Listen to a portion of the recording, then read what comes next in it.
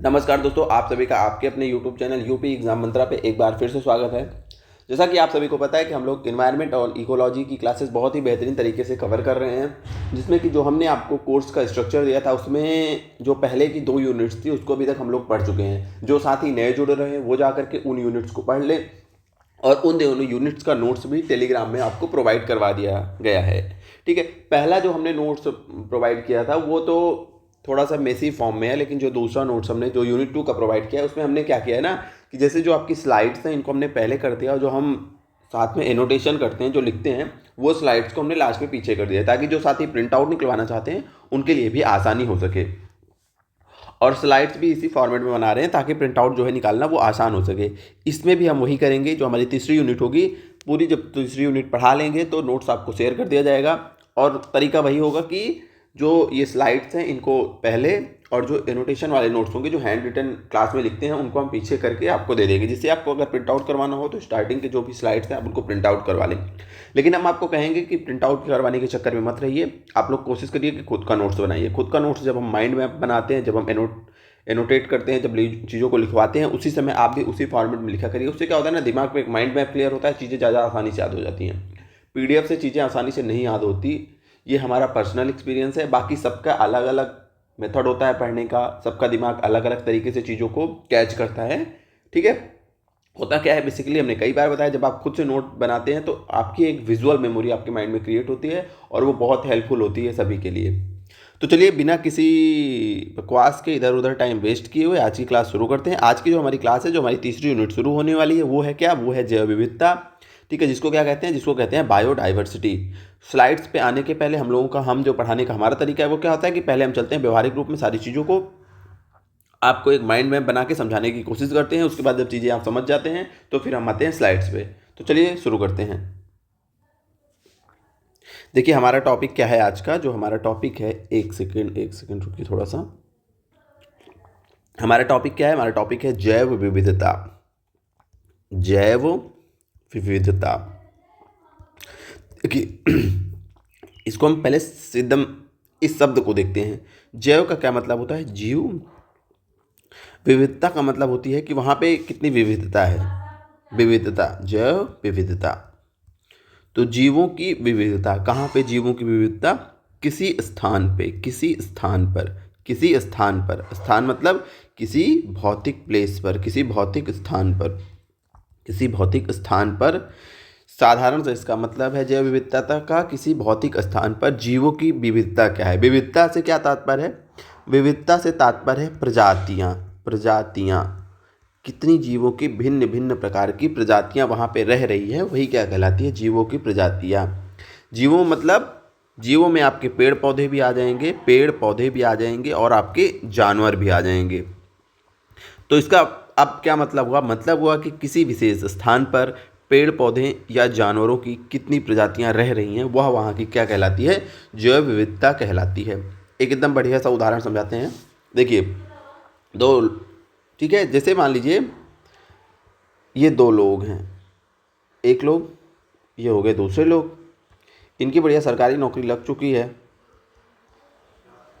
और इनकी अभी नहीं लगी है। अभी इलाहाबाद में रह के बढ़िया तैयारी कर रहा है ये लड़का, इलाहाबाद में हमारा ये साथी तैयारी कर रहा है। अब इनकी देखिए, इनके पास खाना की थाली आई और इनके पास भी खाना की थाली आई। तो इनके पास बढ़िया गाजर का हलवा है, रोटी है, पनीर की सब्जी है, चावल है, सलाद है, बढ़िया दाल है। दाल में बढ़िया क्या पड़ा है, घी पड़ा हुआ है।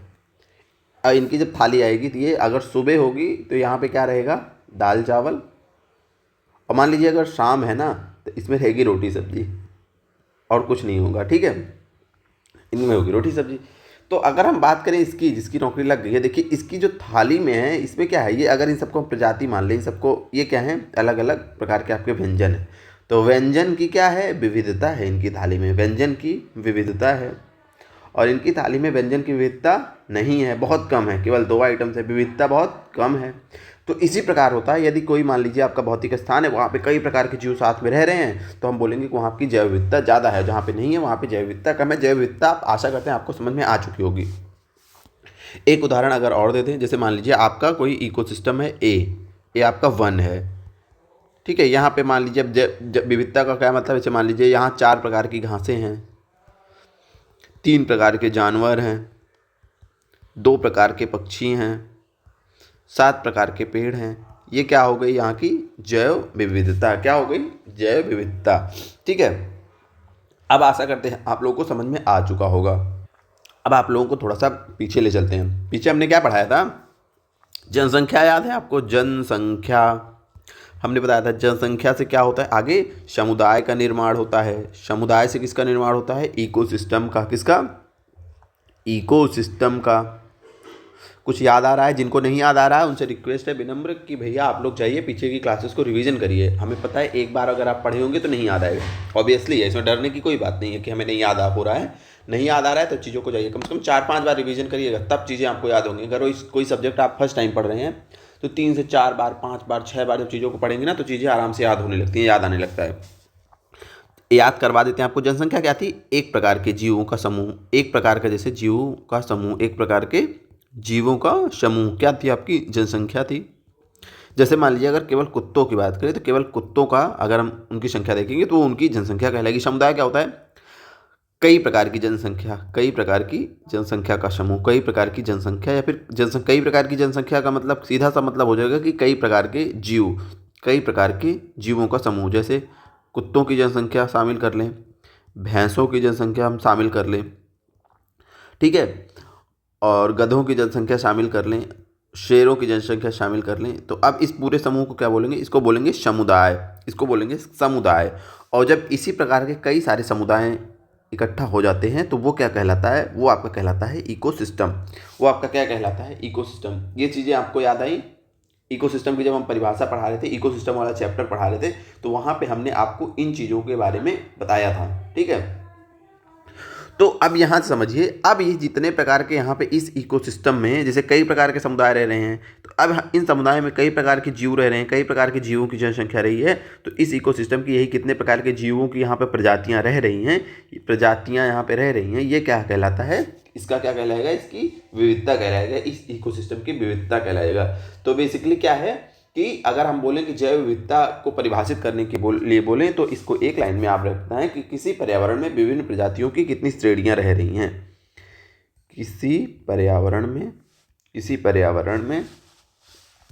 विभिन्न प्रजातियों की श्रेणियां, विभिन्न प्रजातियों की श्रेणियां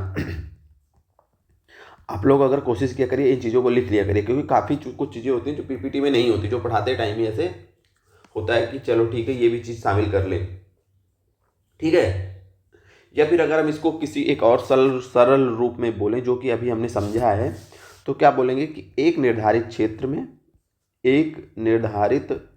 में विभिन्न प्रकार के पादप एवं जंतु, एक निर्धारित क्षेत्र में विभिन्न प्रकार के पादप मतलब पौधे, विभिन्न प्रकार के पादप एवं जंतु, ये हो जाएगी वहाँ की क्या, जैव विविधता। ये चीज़ें समझ में आ गई। हमने बहुत अच्छे से समझाया कि कोई स्थान है भैया, वहाँ कितने प्रकार के पेड़ पौधे जीव जानवर रह रहे हैं, ये वहाँ की क्या कहलाएगी, जैव विविधता कहलाएगी। इसको याद रखिएगा क्योंकि पेपर में इसी डिफिनीशन से क्वेश्चन आता है, तो ये लाइन आपको याद रखना है दिमाग में। कॉन्सेप्ट कोई भी प्रकार का आप डिफिनीशन कितनी भी घुमाएगा ऑप्शंस में आप क्लियर कर लेंगे, ठीक है। चलिए, जनसंख्या, समुदाय, इकोसिस्टम भी हमने आपको समझा दिया। अब थोड़ा सा चलते हैं कहानियों के ऊपर, इतिहास में चलते हैं। किन कहानियों के ऊपर, देखिए जो जैव विविधता आपका शब्द है, जैव विविधता, जब कोई भी हम टर्म्स देखते हैं कि फिर हम उसकी पूरी कहानी देखते हैं कि ये शब्द पहले किसने दिया, क्या हुआ, इसकी हिस्ट्री क्या रही इस शब्द की, ठीक है।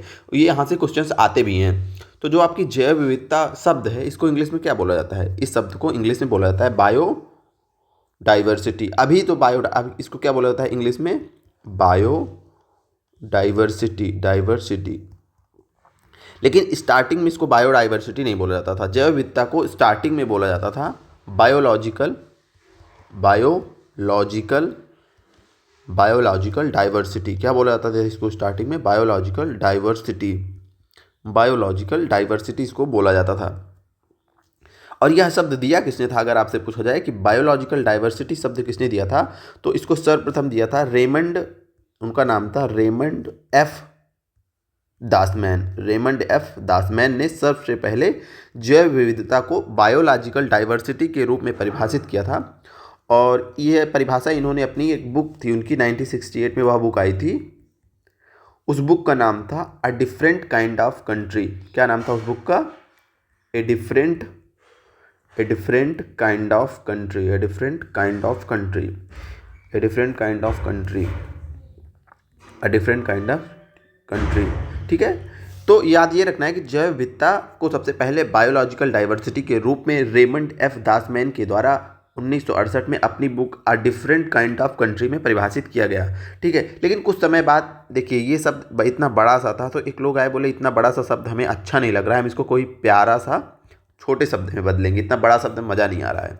तो उन्होंने इसको छोटे से प्यारे से शब्द में बदल दिया और ये फिर कालांतर में आगे चलकर ये हो गया बायोडाइवर्सिटी। छोटा सा शब्द हो गया बायोडाइवर्सिटी का है। बायोलॉजिकल इसमें थोड़ा सा ये बढ़िया शब्द नहीं है, खड़ूस टाइप का शब्द है, प्यारा सा शब्द होगा बायोडाइवर्सिटी। तो बायोडाइवर्सिटी अब इतना प्यारा सा शब्द दिए तो उनका नाम भी बहुत प्यारा था उन विद्वान का। तो ये शब्द किसने दिया? तो इस बायोडाइवर्सिटी वाले शब्द को सर्वप्रथम जो दिया, प्यारा शब्द दिए हैं तो इनके नाम में भी थोड़ा सा, इनका नाम था डब्लू जी रोसेन। देखिए रोसेन रोज। अब देखिए इसको याद करने का तरीका हम बताते हैं दोनों नामों को। देखिए यहाँ पे क्या है, दासमैन है और यहाँ पे जो प्यारा सा नाम दे रहे हैं उनका नाम क्या है? रोसेन है। रोसेन मतलब इनको याद कर लीजिएगा रोज से। रोज से आपका रिलेटेड क्या है? रिलेटेड है ना। चलिए, तो प्यारा सा नाम किसने दिया? तो प्यारा सा नाम किसने दिया? आपके रोशन ने दिया, डब्लू जी रोशन ने। और दासमैन, एक ही मैन जो है, खड़ूस होते हैं जो जहाँ 10 मैन होंगे वो कैसा नाम देंगे? वो खड़ूस टाइप का ही नाम देंगे। तो बड़ा सा नाम दिया जो 10 मैन, उन बायोलॉजिकल डाइवर्सिटी। तो आपको ऐसे ही कुछ दिमाग में हमने ऐसे ही याद किया था, अब आपको भी ये तरीका बता दिए हैं। अब आपको अगर ऐसे याद करना हो तो अच्छी बात है, कोई और ट्रिक इससे अच्छी बेहतरीन ट्रिक आपके दिमाग हो तो कमेंट करके बताइएगा कि इन दोनों शब्दों को कैसे याद करें।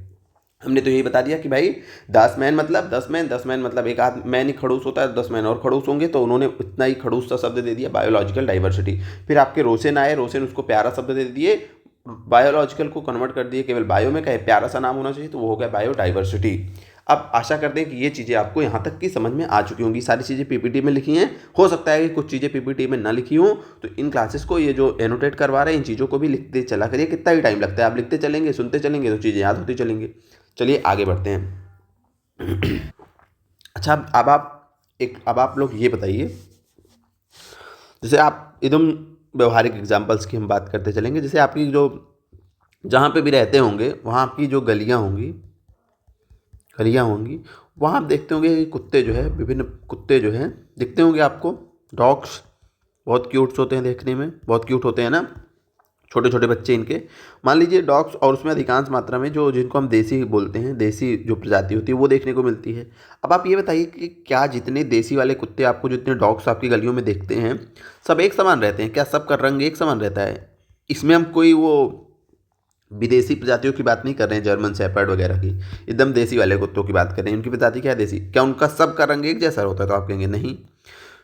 ठीक है, हम एकदम नेचुरल जो देसी कुत्ते, ये नहीं कि जिनमें जेनेटिक रूप में संशोधन करके विभिन्न प्रजातियां जो बनाई गई हैं उनकी बात नहीं कर रहे हैं। जो एकदम आपके देसी वाले कुत्ते हैं जो गलियों में आपके टहलते रहते हैं, क्या सबका रंग एक जैसा है? क्या सबकी हाइट एक जैसी है?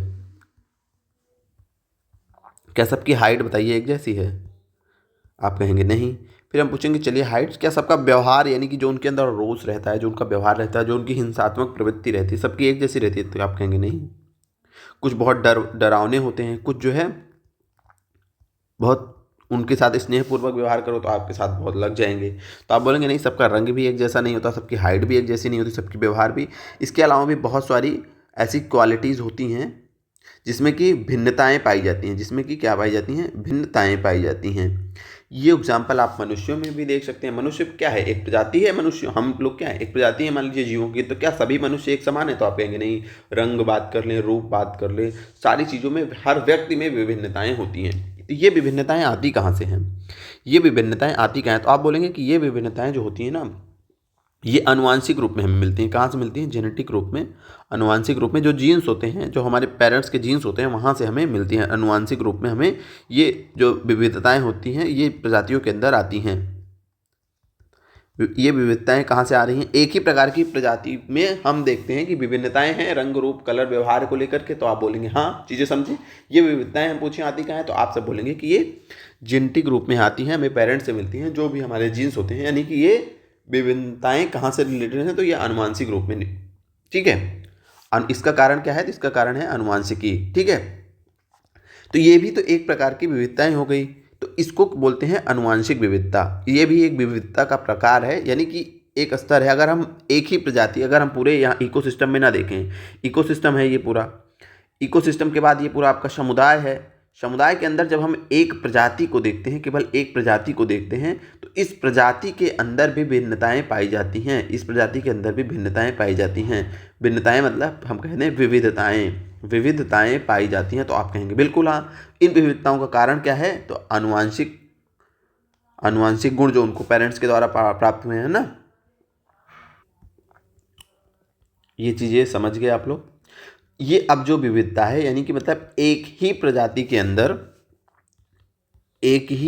के अंदर जो आनुवंशिक गुणों के कारण, आनुवंशिकी के कारण जो विविधताएं दिख रही हैं, उसको क्या बोलते हैं? उसको बोलते हैं आनुवंशिक विविधता।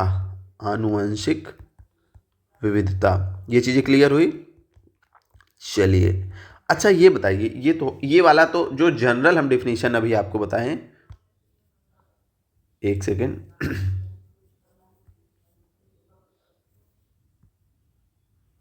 थोड़ा सा बोर्ड जो है, ये जो अभी ब्लैक बोर्ड है, ये थोड़ा सा हैंग कर गया था, तो फिर से हमें लगता है यहाँ तक की चीज़ें हम लोग देख चुके हैं जो आपकी आनुवंशिक विविधता थी। तो आनुवंशिक विविधता क्या थी? एक ही प्रजाति के अंदर जो क्वालिटीज़ में देखिए डिफरेंस देख रहे हैं कि हाइट अलग है, कलर अलग है, रंग अलग है, रूप अलग है। तो ये जो विविधता कहाँ से आती है? तो इस विविधता को कहते हैं आनुवंशिक विविधता। उसके बाद जो समुदाय वाली विविधता थी, ठीक है, इसको हम प्रजाति विविधता बोलते हैं। प्रजाति विविधता बोलते हैं।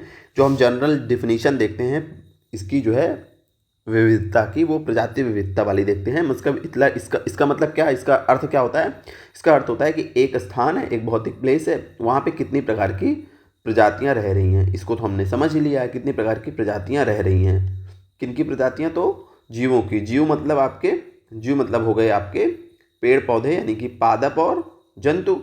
उसके बाद एक और विविधता का स्तर होता है। अब वो देखिए वो स्तर क्या है। जैसे मान लीजिए एक बहुत बड़ा क्षेत्र, जैसे आपका पूरा भारत है, ये क्या हो गया? हमारा पूरा भारत हो गया, ठीक है। अब हम अगर भारत, ठीक है, अब इस भारत में देखिए, इसमें एक इकोसिस्टम है थार का मरुस्थल, एक पारितंत्र हो गया ना, थार का मरुस्थल। एक पारितंत्र है आपका हिमालयन, अगर बात करें तो जो हिमालय वाला एरिया, वहाँ एक अलग पारितंत्र है पूरा।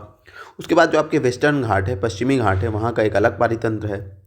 उसके बाद इकोसिस्टम, पारितंत्र मतलब, फिर उसके बाद जो आपका ये गंगा यमुना का मैदान है, गंगा यमुना का मैदानी क्षेत्र, यहाँ का आप एक अलग इकोसिस्टम है, ठीक है। उसके बाद जो आपका समुद्री इकोसिस्टम है वो आपका अलग है, प्रवाल वाला इकोसिस्टम आपका अलग है। तो भारत में देखें तो भारत में इकोसिस्टम, अगर हम पूरे इकोसिस्टम की बात करें तो इकोसिस्टम के लेवल पे भी बहुत विविधता है। ऐसा नहीं है कि एक ही टाइप का इकोसिस्टम पाया जा रहा है, तो बहुत टाइप का इकोसिस्टम भारत में पाया जाता है। तो इस विविधता को बोलते हैं पारितंत्र विविधता। पारितंत्र या फिर पारिस्थितिकी विविधता। पारितंत्र विविधता, इकोसिस्टम के लेवल पे जो विविधता होती है उसको क्या बोला जाता है? पारितंत्र विविधता। मतलब एक बड़े क्षेत्र में, इसका मतलब क्या है? एक बड़े क्षेत्र में कितने प्रकार के पारितंत्र हैं, कितने प्रकार के पारितंत्र हैं, तो वो आपका क्या कहलाती है? पारितंत्र विविधता। अब हमने आपको तीनों चीज़ों को समझा। हमने आपको ये जो विविधता के स्तर हैं, प्रजातीय स्तर पर विविधता, आनुवंशिक लेवल पे विविधता और पारितंत्र लेवल पे विविधता, तीनों लेवल की विविधताएं हमने आपको समझा दिए। बहुत स्पीड में, सिंपल में इसको कंक्लूड करते हैं अगर हम, तो देखिए विविधता हमने बताई 3 स्तर पर। विविधता हमने आपको बताई 3 स्तर पर। चीज़ें नहीं है इसीलिए बार बार रिपीट कर दे रहे हैं कि आपको समझ में आ जाए। अभी हमने आपको समझाया विविधता हमने 3 स्तर पर देखी। पहले क्या देखी कि आनुवंशिक रूप में, आनुवंशिक स्तर पर। दूसरा हमने बताया कि एक और स्तर होता है प्रजातीय स्तर पर। तीसरा हमने क्या बताया? पारितंत्र लेवल पे जो विविधता होती है। अब इनका मतलब क्या है? तो इनका मतलब कुछ नहीं है, एकदम सरल सा मतलब है कि अगर हम एक ही प्रजाति की चर्चा करेंगे, एक ही प्रजाति है, एक ही प्रजाति के जो जीव हैं उनके मध्य, जीवों के मध्य जो विविधता होती है। जैसे अगर केवल कुत्तों की बात करें तो सब कुत्तों का रंग अलग है, लंबाई अलग है, उनका कद अलग है, उनका रूप भी अलग थोड़ा बहुत रहता है, और उनके व्यवहार में, उनके बालों में, इस प्रकार के जो एक ही प्रकार प्रजाति के जीवों के मध्य जो अंतर देखने को मिलता है वो क्या कहलाता है, आपकी आनुवंशिक विविधता कहलाती है। आनुवंशिक विविधता का स्तर है। फिर हमने देखा प्रजाति विविधता। प्रजाति विविधता क्या है कि एक स्थान पर, एक निश्चित स्थान पर, एक निश्चित स्थान पर कितने प्रकार के जीवों की प्रजातियां रह रही हैं, कितने प्रकार के जीवों की प्रजातियां रह रही हैं, कितने प्रकार के जीवों की प्रजातियां आपकी रह रही हैं।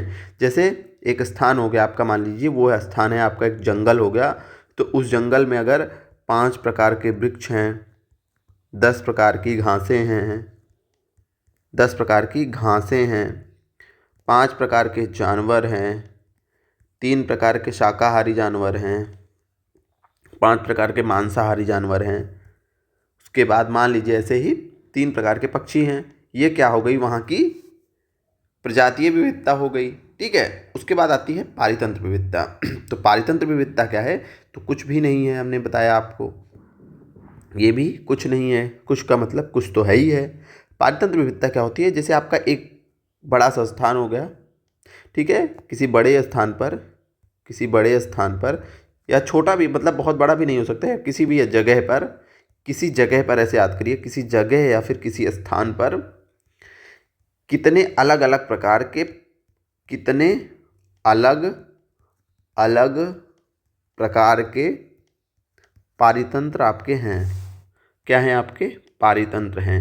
तो वो आपके किस में आएगा, वो आपकी पारितंत्र विशेषता में आएगा, पारितंत्र विविधता में आएगा। जैसे अगर हम भारत की बात करें तो हमने बताया भारत में कई प्रकार के पारितंत्र हैं। जैसे अगर हम बात करें कि जो थार का मरुस्थल है वो भी एक अलग प्रकार का मरुस्थलीय पारितंत्र है। फिर आपका जो हिमालय वाला क्षेत्र है, उच्च हिमालय वाला क्षेत्र, वो अलग प्रकार का पारितंत्र है, वहाँ पे अलग प्रकार की प्रजाति विविधता मिल रही है। थार है आपका, हिमालय हो गया। उसके बाद हम चर्चा करते हैं आपकी, जैसे पश्चिमी घाट हो गए, समुद्रों की अलग हो गई। तो भारत में हम देख रहे हैं ना कि इस लेवल पर, पारितंत्र के लेवल पर भी विविधता पाई जा रही है। मतलब पारितंत्र के लेवल पर विविधता का मतलब है कि भारत में बहुत प्रकार के पारितंत्र हैं। ठीक है। अगर हम केवल थार के मरुस्थल में चर्चा करें कि यहाँ पे कितनी प्रजातियाँ हैं, तो वो क्या कहलाएगा, वो प्रजातीय विविधता कहलाएगा। अब जैसे थार के मरुस्थल में मान लीजिए ऊँट, तो ऊँटों में जो डिफरेंस है, हर प्रकार के अलग अलग टाइप के ऊँट हैं, तो वो क्या कहलाएगा, वो आनुवांशिक विविधता कहलाएगी। अब आशा करते हैं ये विविधता के तीनों स्तर आपको समझ में आ चुके होंगे, हमने अभी आपको जितना बताया। तो यहाँ पे चीज़ें क्लियर हो चुकी हो, तो हम चलते हैं पीपीटी में। ठीक है। इसका स्क्रीनशॉट चाहे तो ले सकते हैं, नहीं तो हम तो सारी चीज़ें शेयर ही करेंगे आपके साथ। चलिए हम आ चुके हैं अपनी पीपीटी पे। तो सबसे पहले हमने देखा, क्या देखा हमने, जैव विविधता और उसके स्तरों को हमने देखा। तो सारी चीज़ें समझ चुके हैं, बस अपनी पीपीटी को देखेंगे। तो परिभाषा क्या लिखी है जैव विविधता की, किसी पर्यावरण में विभिन्न प्रजातियों की श्रेणियों की विविधता को जैव विविधता के रूप में जाना जाता है। समझ चुके हैं हम।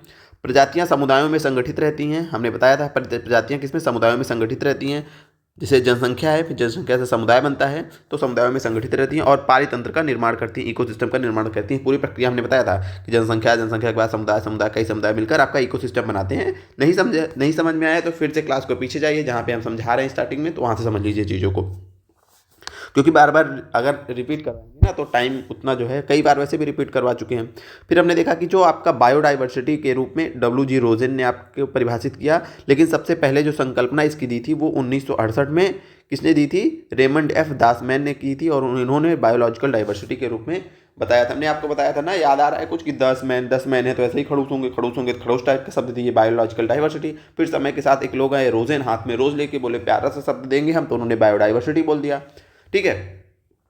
फिर हमने बताया कि जैव विविधता के 3 स्तर, जैव विविधता के 3 स्तर, जीन्स के लेवल की विविधता, इसको आनुवांशिक विविधता बोला जाता है। क्या, आनुवांशिक विविधता। ठीक है। फिर प्रजातीय विविधता हमने आपको बताई, प्रजातीय विविधता का क्या मतलब है, विभिन्न प्रजातियों के बीच में जो विविधता है। फिर पारितंत्र लेवल की विविधता, यानी कि किसी निश्चित क्षेत्र में पाए जाने वाले विविधता, कि वहाँ पे कितने प्रकार के आपके पारितंत्र हैं। अच्छा, इसमें आपका एक समुदाय विविधता भी लिखी है इसी पारितंत्र वाले में। तो देखिए चीज़ें वही हैं, इसमें समुदाय और पारितंत्र विविधता दोनों को शामिल कर लिया जाता है। जिससे कि इसको थोड़ा सा समझा देते हैं। चीज़ वही है, जैसे एक प्रजाति हो गई, मान लीजिए यहाँ पे एक प्रजाति की बात करें अगर ऊँट की, इसके अंदर जो विभिन्न प्रकार की विविधताएं हैं, हर ऊँट अलग अलग है, तो ये आनुवंशिक विविधता में आ जाएगा। फिर एक समुदाय है, वहाँ पे कुत्ते भी रह रहे हैं, बिल्ली भी रह रही है और भी जानवर रह रहे हैं, ये आपकी प्रजाति विविधता में आ जाएगा। फिर देखते हैं जैसे आपके इकोसिस्टम में तो कई प्रकार के समुदाय रहते हैं ना, कई प्रकार के समुदाय रहते हैं, तो ये समुदाय विविधता हो गई। और आपके अगर बहुत बड़े क्षेत्र में बात करें तो वहाँ पे कई प्रकार का इकोसिस्टम भी रहता है, तो वो इकोसिस्टम भी विविधता होगा। इसीलिए दोनों को एक ही चीज़ में सम्मिलित किया जाता है। ठीक है, समुदाय में भी कई प्रकार के जीव हैं, तो अलग अलग समुदाय हो गए ना, अलग अलग समुदाय हो गए। एक ही इकोसिस्टम में देखें तो कई प्रकार के अलग अलग समुदाय रह रहे हैं, तो वो समुदाय विविधता होती है। और पाइथन विविधता, दोनों लगभग सिमिलर ही चीज़ें हैं, तो वो एक ही में इनको रखा जाता है। 3 स्तर यही बनाए गए हैं। ठीक है, अब आगे चलते हैं। आगे हम देखेंगे कि जैव विविधता का मापन। देखिए अब यहाँ पे हमने ये 2 स्लाइड्स को, केवल ये 2 स्लाइड्स थे, 2 क्या 1 स्लाइड थी, लेकिन कॉन्सेप्ट यहाँ पे था अच्छा खासा, तो इसीलिए हमने इतना लंबा समय लिया आपको ये चीज़ें समझाने के लिए। बाकी इसमें कंटेंट देखें तो कंटेंट केवल इतना ही है। कितना है? इतना ही है, लेकिन इसको हमने अच्छे से समझा, अच्छे से देखा। अब अगला टॉपिक, हमने अभी तक 2 चीज़ों को समझ लिया, जैव विविधता की डेफिनेशन, फिर उसके बाद हमने क्या देखा कि जैव विविधता के शब्दों को देखा, किसने दिया, कब दिया, फिर उसके बाद हमने जैव विविधता के स्तर को देखा। 3 चीज़ें देख ली हैं, नोट्स आपका इतना ही है। अगली चीज़ जो हमें देखना है वो है जैव विविधता का मापन। तो उसी के क्रम में हम चलते हैं अपने बोर्ड पे, वहाँ पे जहाँ पे हम समझेंगे, उसके बाद ही हम पीपीटी पे आते हैं। तो चलिए, यहाँ तक हमने देख लिया था, अब हम आगे देखते हैं। आप लोग ये बताइएगा कि पढ़ाने का ये जो तरीका है थोड़ा सा जुकाम हो गया, उसके लिए क्षमा चाहते हैं, क्योंकि आवाज़ में भी आज चेंजेस रहा होगा।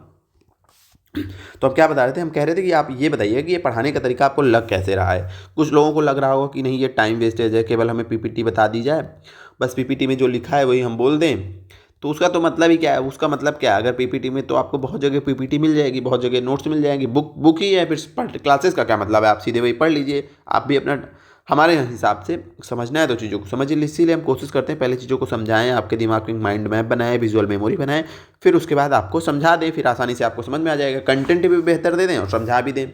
आप बताइए कि ये कैसा लग रहा है, हमारा पढ़ाने का तरीका आप लोगों को कैसे लग रहा है। कुछ आपको नया तरीका और चाहिए, किसी प्रकार का सुझाव देना हो कि नहीं ऐसे नहीं ऐसे, तो आप वो भी बता सकते हैं। बिल्कुल आपके सुझाव का सम्मान किया जाएगा, आपकी बातें मानी जाएगी, क्योंकि पढ़ाया आप लोगों को जा रहा है तो आपके हिसाब से ही पढ़ाया जाएगा, जैसा आपको समझ में आएगा। तो चलिए, जैव विविधता का मापन। देखिए, जैव विविधता के मापन के लिए जो है 3 श्रेणियां बनाई जाती हैं। अभी टेंशन ना लीजिएगा, जैसे जैसे आगे क्लास बढ़ेगी समझ में आ जाएगा। जैव विविधता के मापन के लिए 3 श्रेणियां जो है बनाई गई हैं। कितनी श्रेणियां? 3 श्रेणियां। 3 श्रेणियों के माध्यम से जो है जैव विविधता का मापन किया जाता है। 3 श्रेणियां इसके मापन के लिए बनाई गई हैं। और इन 3 श्रेणियों के बारे में कौन बताया था? तो वो आपके एक विद्वान थे जिनका नाम था हुई टेकर। तो वी टेकर ने जैव विविधता के मापन के लिए 3 श्रेणियां बनाई थी। ठीक है, ये श्रेणियां कौन है? तो ये, इसको नाम दिया गया अल्फा श्रेणी, बीटा श्रेणी, अल्फा, बीटा और गामा। गामा, ये बीटा का ऐसा सिंबल होता है ना, अल्फा का ऐसे होता है, बीटा का ऐसे और गामा का ऐसे। तो ये 3 श्रेणियों का नाम क्या हो गया आपका? अल्फा श्रेणी, बीटा श्रेणी और गामा श्रेणी। अभी हम इनको इन्हीं समझना है कि अल्फा श्रेणी क्या है, बीटा श्रेणी क्या है और गामा श्रेणी क्या है। ठीक है, चलिए, तो सबसे पहले हम डेफिनेशंस पे आने के पहले समझते हैं। उदाहरण के लिए मानिए एक जंगल है। सबसे पहले मानिए एक जंगल ए है, जंगल ए है। ठीक है, यहाँ पे आपके समझिए 10 टाइप के वृक्ष हैं, 5 टाइप के पक्षी हैं, 3 टाइप के जानवर हैं, 2 टाइप के सूक्ष्म जीव हैं, 2 टाइप के सूक्ष्म जीव हैं।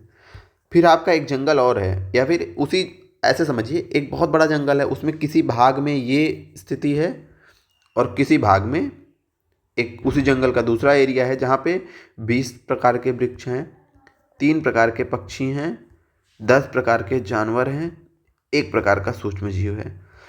चाहे आप इसको 2 अलग अलग जंगल मान लीजिए, या फिर एक ही जंगल में 2 अलग अलग समुदाय मान लीजिए। ठीक है, जो भी आपकी इच्छा अनुसार हो। भाई देखिए, आप लोग देखिएगा कि बहुत बड़ा जंगल है, 2 अलग अलग इकोसिस्टम, पूरे को अगर समग्रता से देखेंगे 2 अलग अलग इकोसिस्टम मान लीजिए, या फिर एक बहुत बड़ा इकोसिस्टम है उसमें अलग अलग समुदाय के रूप में मान लीजिए। ठीक है, जैसे भी आपकी इच्छा हो। ठीक है, चलिए पहले इन दोनों को समझिए। तो ये आपका एक जंगल ए हो गया, ए जंगल बी हो गया, या फिर एक ही जंगल के 2 अलग अलग हिस्से हो गए, जहाँ पे पहले पार्ट में 10 वृक्ष, 5 पक्षी, 3 जानवर और 2 सूक्ष्म जीव रह रहे हैं। इसमें 20 वृक्ष, 3 पक्षी, 10 जानवर, 1 सूक्ष्म जीव रह रहे हैं। तो ये आपकी जो किसी जब हम ये और ये अगर हम इसकी अलग अलग चर्चा करेंगे कि यहाँ की जैव विविधता क्या है, यहाँ की जैव विविधता क्या है, तो इसे ही बोला जाता है अल्फा विविधता। ये ही अल्फा श्रेणी है, इसको अल्फा विविधता बोलते हैं। इसको क्या बोलते हैं? अल्फा विविधता, इसे ही बोला जाता है अल्फा जैव विविधता। ये अलग अलग जब हम इसको देखेंगे तो अल्फा जैव विविधता बोलेंगे। मतलब किसी एरिया की जब हम केवल जैव विविधता की चर्चा करते हैं, इस एरिया की क्या है और इस एरिया की क्या है, जब अलग अलग चर्चा करते हैं तो वो क्या कहलाती है? अल्फा जैव विविधता, अल्फा जैव विविधता। अब देखिए, अगर हम इन दोनों की तुलना करें, इन दोनों की कंपैरिजन करें, इन दोनों की तुलना करें, इन दोनों की जैव विविधता की तुलना करें, तो वो आपकी बीटा जैव विविधता कहलाती है। बीटा जैव विविधता, यानी कि जब हम दो समुदायों, दो पारितंत्रों की जैव विविधता की तुलना करते हैं तो वो क्या कहलाती है? बीटा जैव विविधता। अब कहेंगे अल्फा बीटा तो बहुत आसानी से समझ में आ गया। गामा क्या है? गामा का मतलब है, जैसे अभी हमने देखा नहीं था वहाँ पे पारितंत्र वाली विविधता, कि किसी बहुत बड़े क्षेत्र में, किसी बड़े भू भाग या फिर भौतिक स्थान, मतलब वही है भौतिक स्थान में पाई जाने वाली पाई जाने वाली पाई जाने वाली पाई जाने वाली, इसको सही कर लीजिएगा, कुल जैव विविधता, कुल जैव विविधता। ऐसे नहीं समझे होगे, अभी एग्जाम्पल से समझ जाएंगे। वही बात, जैसे अगर हम पूरे भारत की जैव विविधता की बात करें, पूरे भारत में कितने प्रकार की एक सेकेंड, अगर ये आपका मान लीजिए भारत हो गया, अच्छे से बना दें इसका मैप थोड़ा सा, ऐसे कुछ है आपका इंडिया। तो अगर इस पूरे भारत की जैव विविधता की तुलना बात करेंगे, जैसे हमने बताया ना कि थार का मरुस्थल, ये आपका हिमालयन इकोसिस्टम हो गया, पश्चिमी घाट वाला इकोसिस्टम हो गया, ये आपका जो मैदानी इकोसिस्टम है, ये आपका जो समुद्री इकोसिस्टम है, इस पूरे इकोसिस्टम की बात करेंगे, किसी बहुत बड़े भूभाग में पाई जाने वाली कुल, याद रखिएगा, कुल जैव विविधता, कुल जैव विविधता, तो ये आपकी गामा कहलाएगी। ठीक है, इसमें जब हम किसी केवल एक जगह की जैव विविधता की बात करेंगे तो ये आपकी अल्फा जैव विविधता कहलाएगी। जब किसी दो जगह की जैव विविधता की तुलना करेंगे तो ये आपकी बीटा जैव विविधता कहलाएगी। यहाँ की पूरी कुल जैव विविधता की बात करेंगे तो आपकी गामा कहलाएगी। आशा करते हैं आपको बहुत बेहतरीन तरीके से अल्फा, बीटा और गामा जैव विविधता के मापन की जो 3 श्रेणियाँ हैं, तीनों आसानी से समझ में आ चुकी होंगी। ठीक है, फिर से अगर बता दें, चलिए देखिए, ये भारत हो गया। यहाँ पे अगर हम केवल एक जगह की जैव विविधता की बात करें कि थार के राजस्थान में कितने प्रकार के जीव रह रहे हैं, कितने प्रकार की प्रजातियाँ रह रही हैं, या हिमालय में कितने प्रकार के जीव रह रहे हैं, कुल जीवों की कितनी प्रजातियाँ, तो आपकी अल्फा कहलाएगी। लेकिन अगर हिमालय और थार का जो राजस्थान है वहाँ पर पाए जाने वाली जैव विविधता की तुलना करेंगे तो वो बीटा जैव विविधता कहलाएगी। और अगर पूरे भारत की कुल जैव विविधता को देखेंगे तो आपकी गामा जैव विविधता कहलाएगी। ठीक है, अब हम चलते हैं अपनी स्लाइड्स के ऊपर। समझा दिए चीज़ों को, जिनको नहीं समझ में आई है वो पीछे जाके एक बार फिर से समझिए। ठीक है, तो जैव विविधता का मापन किसने दिया? ये वर्गीकरण व्हिटेकर ने दिया। हमने आपको बताया अल्फा श्रेणी, बीटा विविधता और गामा विविधता, 3 प्रकार की विविधताओं में वर्गीकरण किया जाता है इसका।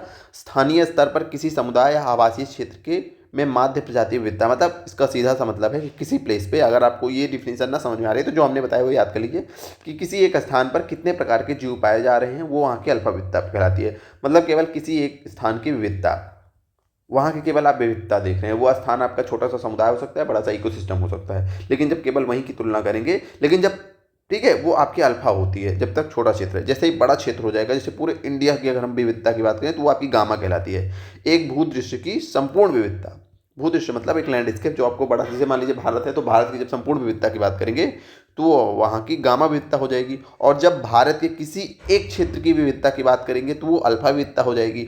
और जब स्थानीय एवं क्षेत्रीय विविधता का अनुपात, वही मतलब कि किसी एक क्षेत्र और दूसरे क्षेत्र की विविधता का जब हम कंपेयर करेंगे, जैसे मान लीजिए भारत के थार का मरुस्थल है और ये भारत की पूरी विविधता है, तो जब इन दोनों का हम कंपेयर करेंगे, टोटल भारत की विविधता और किसी एक प्लेस की विविधता, तो आपकी बीटा विविधता कहलाती है। अब आशा करते हैं चीज़ें आपको समझ में आ चुकी होंगी। 3 छोटी छोटी लाइन्स है, तीनों याद कर लीजिए। कॉन्सेप्ट हमने आपके दिमाग में पूरा बैठा दिया है। एक जगह मतलब अल्फा।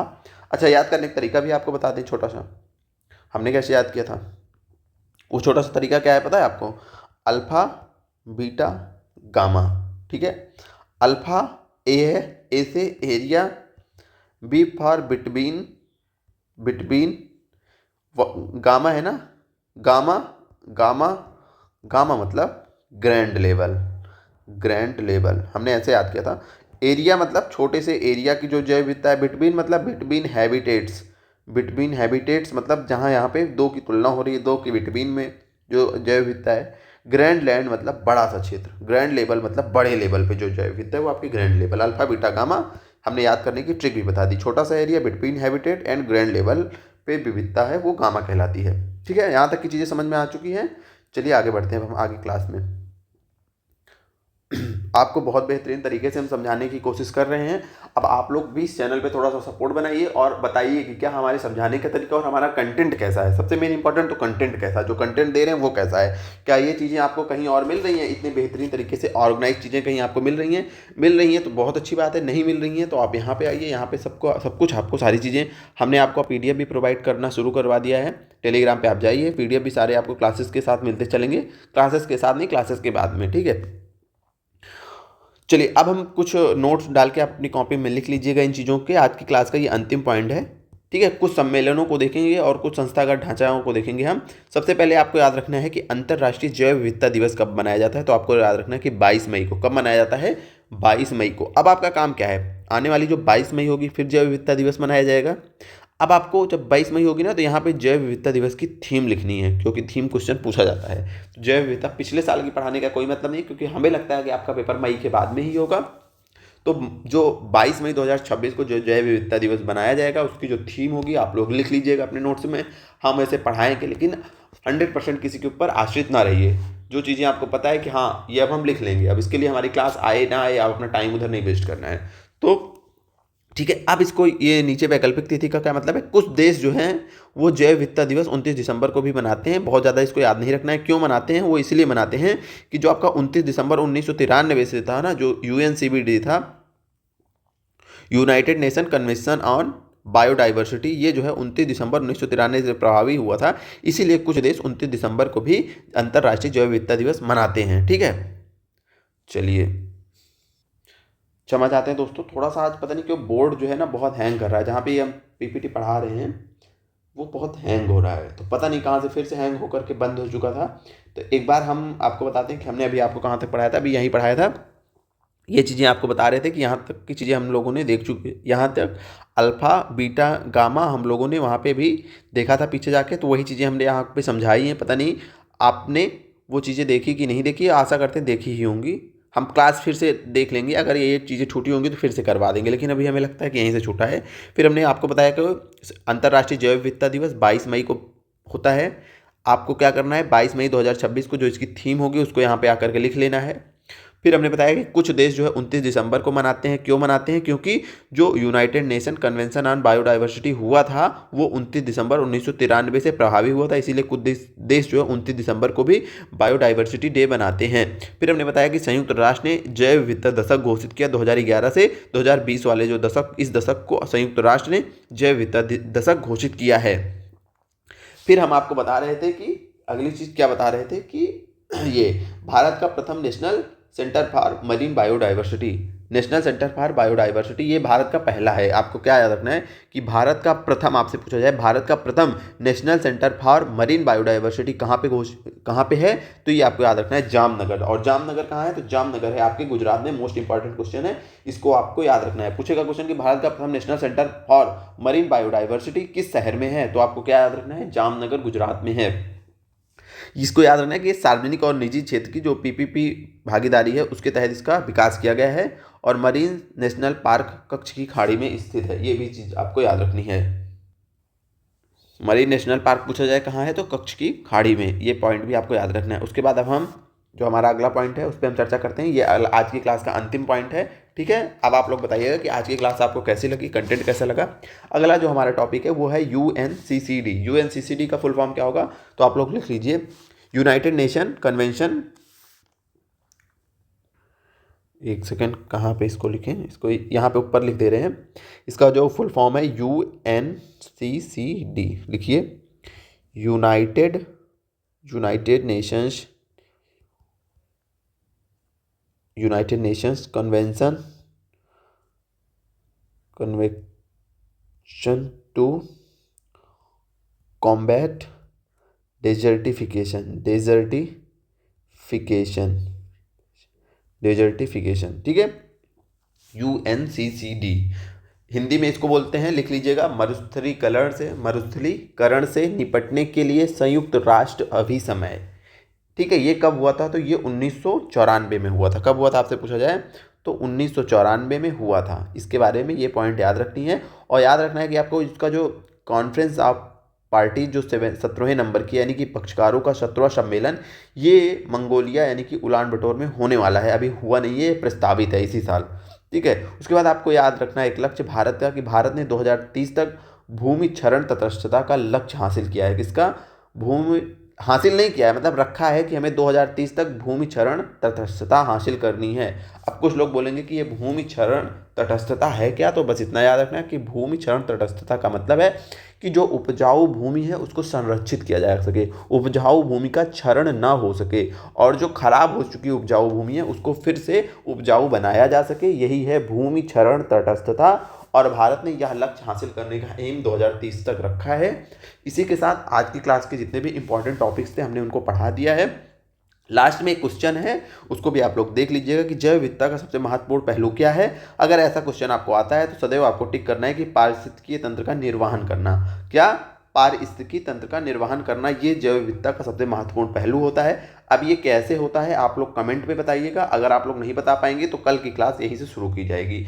अब आप बताइए कि आज की क्लास कैसी लगी, कंटेंट कैसा लगा, पढ़ाने का तरीका कैसा लगा। सब कुछ अच्छा लग रहा हो तो क्लास को सपोर्ट करिए, दोस्तों के साथ शेयर करिए। ठीक है, चैनल को सब्सक्राइब करिए। जो भी हमारे साथी वीडियो देख रहे हैं आप लोग चैनल को सब्सक्राइब करिए, तथा अगर आप जिन ग्रुप्स में जुड़े हों, जहाँ पे भी जुड़े हों, आपका कुछ समूह हो पढ़ने का, तो वहाँ पे भी क्लासेस को शेयर करिए, और वहाँ पे भी बताइए कि कैसा पढ़ाया जा रहा है, ताकि लोग जुड़ें। अधिक संख्या में आप सब जुड़ेंगे तो हमें भी थोड़ा सा मोटिवेशन मिलेगा और बेहतरीन तरीके से पढ़ाने की कोशिश करेंगे। वैसे अभी भी बहुत ही बेहतरीन तरीके से पढ़ाया जा रहा है। आपको PDF कहाँ मिलता है? तो PDF आपको जो टेलीग्राम चैनल है हमारा, आप इसी चैनल के बायो में जाएंगे तो वहाँ पे टेलीग्राम चैनल का लिंक मिलेगा, वहाँ पे जाइए टेलीग्राम चैनल को ज्वाइन करिए। वहाँ पे आपको सारे PDF मिल जाएंगे क्लासेस के, जो भी यहाँ पे क्लासेस चल रही हैं। ठीक है, तो धन्यवाद, मिलते हैं फिर से किसी नई क्लास में।